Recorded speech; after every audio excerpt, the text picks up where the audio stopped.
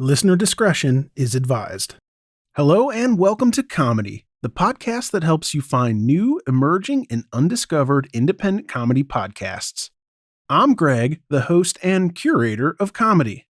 Today's episode is from AJ Podcast, An Evening of Reflection. AJ Podcast, An Evening of Reflection talks about news commentary, comedy, and current events. If you like today's episode, make sure to check out the episode description for links to subscribe. All right, let's get this show started. Begin. June 25th, 2022. Podcast 317, episode 317. Let's go. Of course, I have a few things to share with you guys. An evening of reflection. Shall we?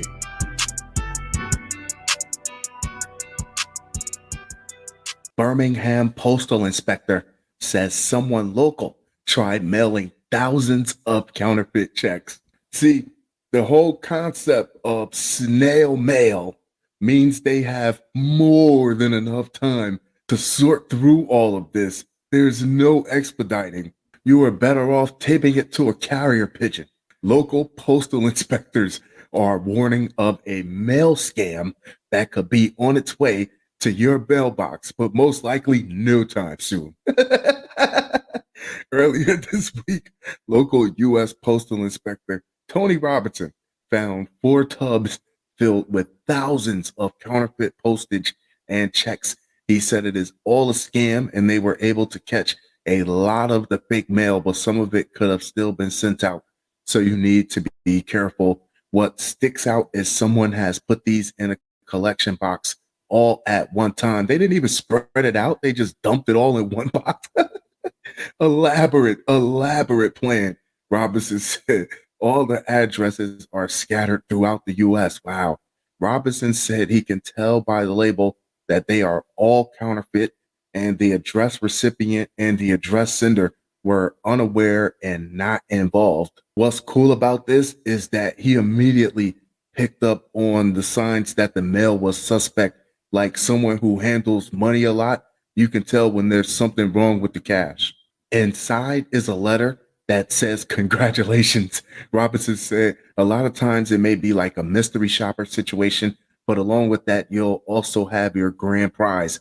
This one right here says it's the Miami Postal Service Credit Union, which is a lie. It's a counterfeit check. Robinson said the scammers likely comes from overseas and trick someone local into sending out more fake envelopes. Oh, not another Nigerian prince scam.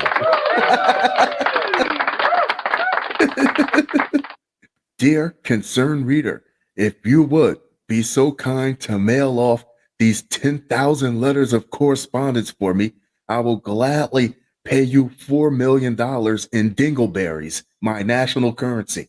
The scammers find someone local to the area to typically go out and buy their own printer and print up all this stuff.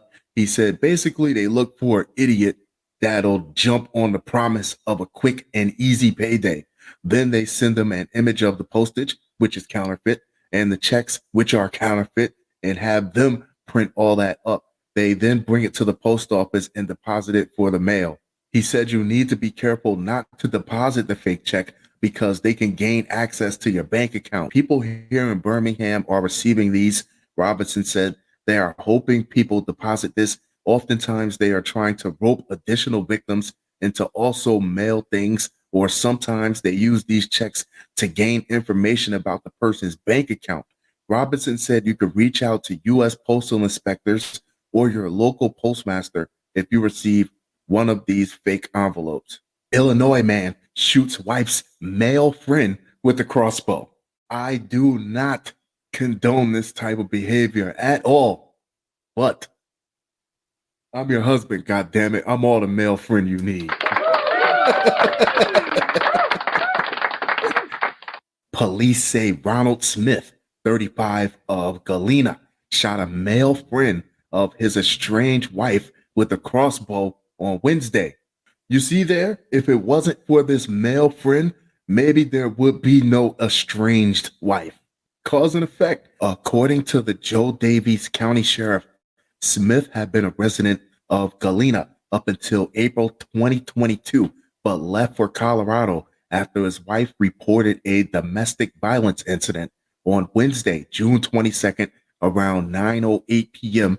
Police said Smith's wife was sitting on her deck with a male friend on Powder House Road when Smith appeared at the corner of the house armed with a crossbow and shot the man in the torso. So, of course, bullets do damage. Bullets are deadly. Knives do damage. Knives are deadly.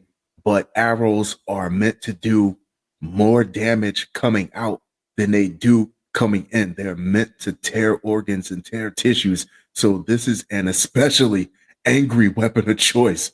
With a projectile embedded in his midsection, the man ran through the woods until he reached Park Avenue and began knocking on doors to get help. Yeah, now that your little male friend is running around trying to save his life, let's have a conversation about saving our marriage. One resident did call 911 and summon medical attention for him. He is expected to make a full recovery. Police said Smith fled the scene and was pursued by officers, Joe Daviess K9 units, and a K9 from the East Dubuque Police Department. Around midnight, police made contact with Smith's father, who said he had located him and was going to drive him to the Joe Daviess County Jail. At 12:19 a.m. on Thursday morning, police said Smith was taken into custody. Smith has been charged with attempted murder and aggravated battery. He is being held on a $500,000 bond. God damn it, the man was just trying to save his marriage. What would you rather have him do to get her attention? Mail her one of those fugazi letters?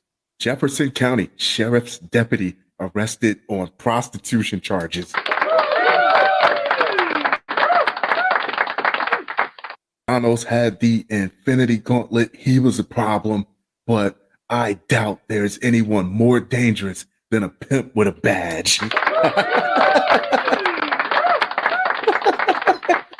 A Jefferson County Sheriff's deputy was arrested Friday afternoon on prostitution charges.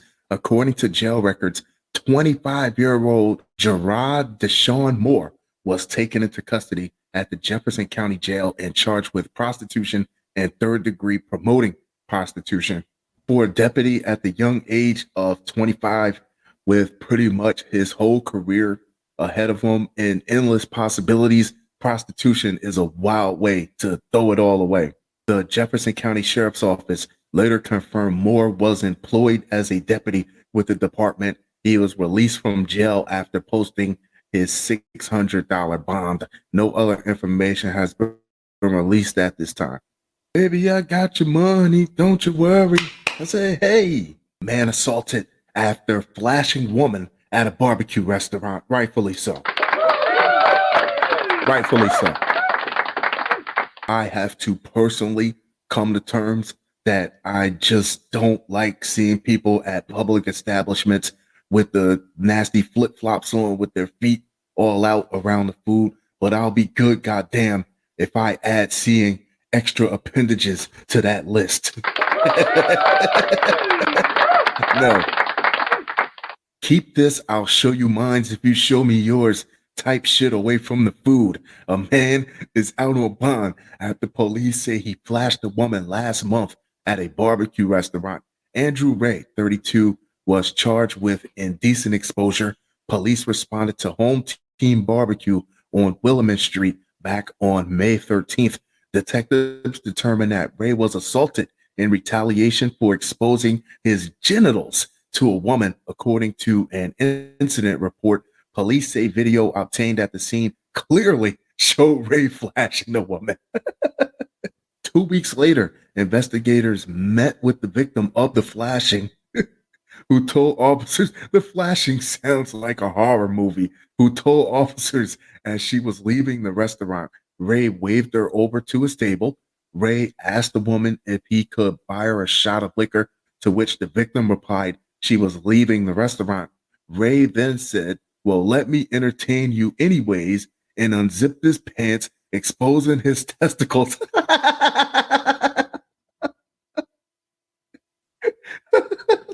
to the victim.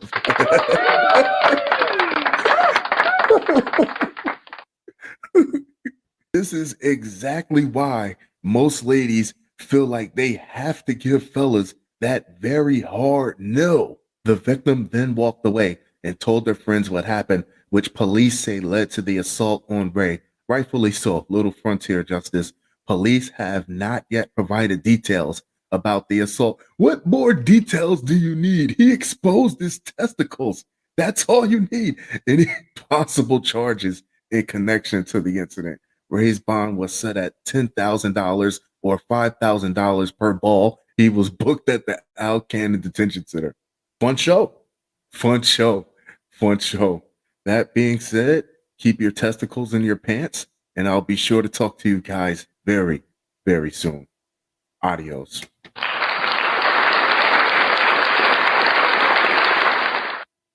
Thanks again for listening to Comedy by Indie Drop-In Network. If you would like to nominate a comedy podcast to be featured, just send me a tweet at Indie Drop-In. I'd also love to hear if one of our featured podcasts is now your favorite show.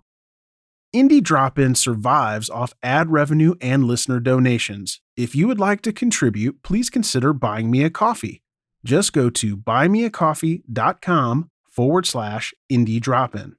If you look at the very bottom of the episode description, you will see a link. Indie Drop-In has many other shows that you also might like. Just go to indiedropin.com. All right, we'll see you next week.